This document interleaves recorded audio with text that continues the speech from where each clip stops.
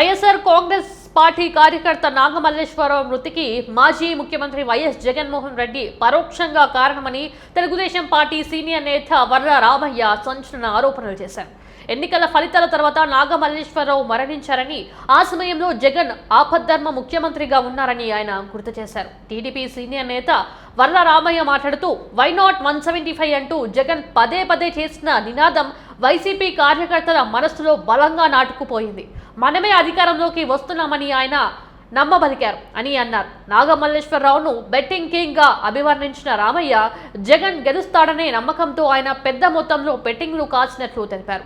YCP గెలుస్తుందని ఆయన భారీగా పందెం వేశారు. అంతేకాకుండా ఇతర గ్రామాల నుంచి కూడా బెట్టింగ్ కు సంబంధించిన లక్షలాది రూపాయలు ఆయన వద్దకు చేరాయి. వాటిని కూడా మళ్లీ బెట్టింగ్ లో పెట్టారు. వై నాట్ 175 అని జగన్ చెప్పిన మాటతో ఆ వైసీపీ క్రియాశీలక కార్యకర్త కొంప మునిగి పరోక్షంగా జగనే ఆయనను ఆత్మహత్యకు పురగొల్పారు. జగన్ పదే పదే చెప్పడం వల్లే ఆయన పూర్తి విశ్వాసంతో బెట్టింగ్ పెట్టారు అని వర్ర రామయ్య ఆరోపించారు. జూన్ 4వ తేదీన ఎన్నికల ఫలితాలు వెలువడిన తర్వాత నాగమల్లేశ్వరరావుపై ఒత్తిడి పెరిగిందని రామయ్య వివరించారు. చంద్రబాబు నాయుడు జూన్ 12న ముఖ్యమంత్రిగా ప్రమాణ స్వీకారం చేశారు. కానీ అప్పటి వరకు జగన్ ప్రభుత్వమే అధికారంలో ఉంది. ఆయన ఆపద్ధర్మ ముఖ్యమంత్రిగా ఉన్న సమయంలోనే నాగమల్లేశ్వరరావు చనిపోయారు. ఆనాటి ప్రభుత్వ ఒత్తిడి వల్లే ఆయన మరణించారని చెబుతున్నారు. ఆ ప్రభుత్వం ఏదో కాదు, అప్పటికి చంద్రబాబు ఇంకా ముఖ్యమంత్రి కాలేదు, మీరే ఆపద్ధర్మ ముఖ్యమంత్రిగా ఉన్నారు అని వర్ర రామయ్య స్పష్టం చేశారు. జగన్ చేపట్టే ఓదార్పు యాత్రల గురించి ప్రస్తావిస్తూ జగన్ ఓదార్పు యాత్ర అంటే ప్రజలు భయపడుతున్నారు.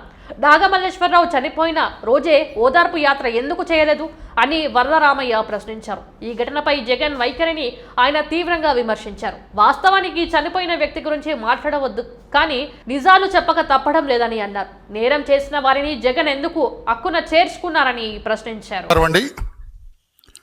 గౌరవ జగన్మోహన్ రెడ్డి గారు ఈరోజు ఒక విచిత్రమైన ఓదార్పు యాత్ర చేశారు పల్నాడు జిల్లాలో. సంవత్సరం క్రితం, పోయిన సంవత్సరం ఏప్రిల్ నెలలో ఎన్నికల కౌంటింగ్ జరిగిన నేపథ్యంలో వాళ్ళ పార్టీ కార్యకర్త కొర్లకుంట నాగమల్లేశ్వరరావు అనే అతను ఆత్మహత్య చేసుకొని చనిపోయాడు అని సంవత్సరం 2 నెలల తర్వాత ఈ రోజున అతన్ని ఓదార్చటానికి ఓదార్పు యాత్ర పేరిట బయలుదేరాడు ఆయన. నేనంటున్నాను, ఈ రోజున జగన్మోహన్ రెడ్డి గారు చేసిన ఈ ఓదార్పు యాత్ర పేరిట చేసిన ఈ యాత్ర this is nothing but a vulgar exhibition of his wealth. అతనుకున్న అవినీతి సంపదని ఒక్కసారి ఎక్స్పోజ్ చేసుకున్నాడు. నా దగ్గర ఉన్న అవినీతి సొమ్ముతో నేను జనాన్ని ఏ రకంగా మాయ చేయగలనని చెప్పి ఈరోజు యాత్ర ద్వారా అతను చెప్పాడు తప్పితే అది నిజమైన యాత్ర కాదు. నిజమైన యాత్ర అయితే చనిపోయిన వెంటనే వెళ్ళి పలకరించాలి. అప్పుడు ఖాళీగా ఉన్నాడు ఆయన. 4వ తారీఖు ఎన్నికల ఫలితాలు వచ్చినాయి.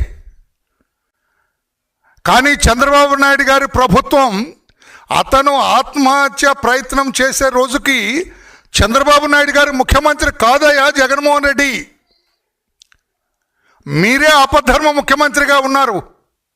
నాకు తెలిసి మీరే ఆపద్ధర్మ ముఖ్యమంత్రి. 4వ తారీఖున ఎన్నికల ఫలితాలు వచ్చినాయి.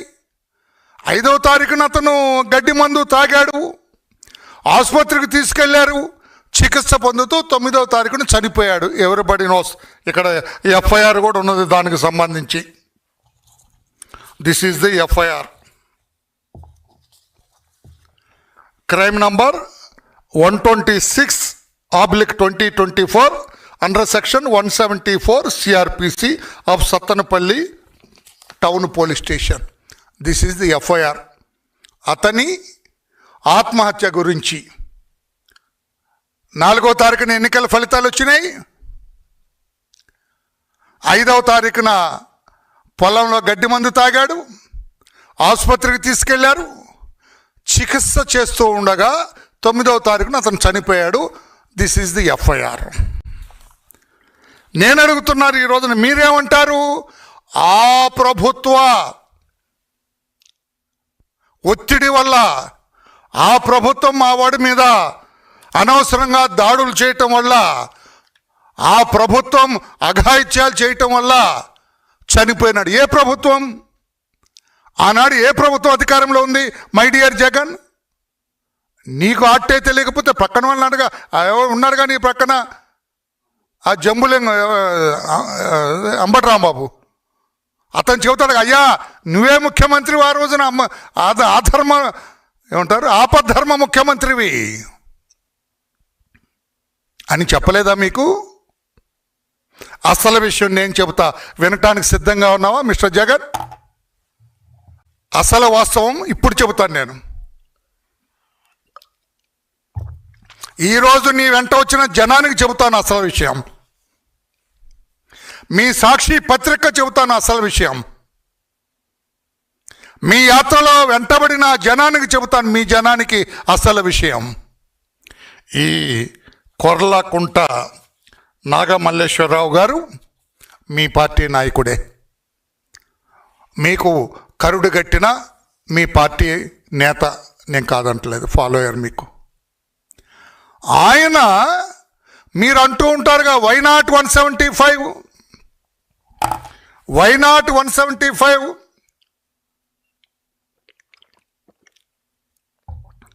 వై నాట్ 175 అని పదే పదే మీరు మీ కార్యకర్తల మనసుల్లో గుచ్చారు.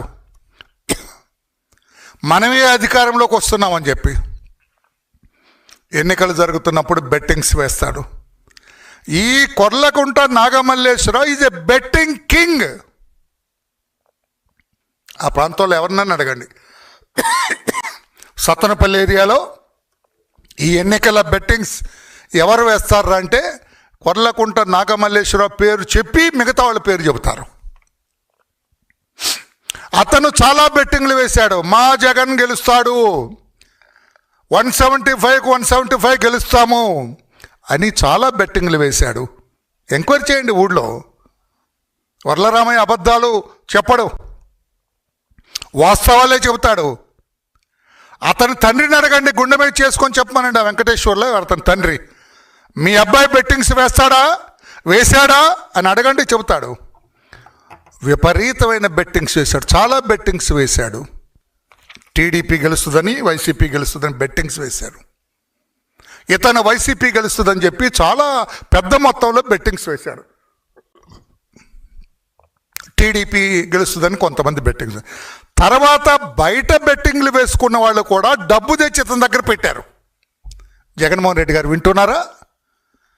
బయట ఊళ్ళో ఆ ప్రాంతంలో బెట్టింగ్స్ వేసుకున్న వాళ్ళు కూడా ఇతను బెట్టింగ్ కింగ్ గనక ఇతని దగ్గర తెచ్చి పెట్టారు. లక్షలాది రూపాయలు తెచ్చి ఇతని దగ్గర పెట్టారు. 4వ తారీఖు ఎన్నికల ఫలితాలు వస్తాయి, గెలిచిన వాళ్ళకి ఇచ్చేయనా అని.